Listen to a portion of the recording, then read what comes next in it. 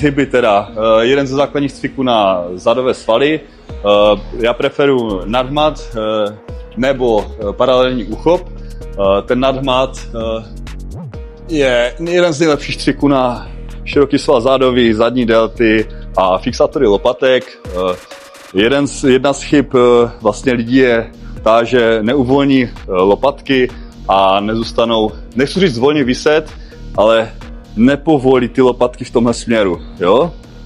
Potom první věc, co musím u toho nadhmatu, je přitáhnout lopatky k hrudníku ze zadní strany, to znamená tento pohyb, a pak se přitáhnu směrem bradou nahoru, hrudník jde dopředu a ramena stáčím dozadu. Jo? Nádech a s výdechem vztahuji lopatky dozadu. Jo? Velmi důležité je uvolnění lopatkových svalů nebo lopatek a zad. Někdo začíná tady z této pozice bez uvolnění a stahuje pouze nahoru, anebo jde někdo naopak čelně do ramen a bicepsů a to udělá tak, že přetočí ramena naopak dopředu a jde takto chybně. Jo? Takže takhle prosím ne, ale pojďme lopatky za tělo, dozadu a hrudníkem dopředu. Hop!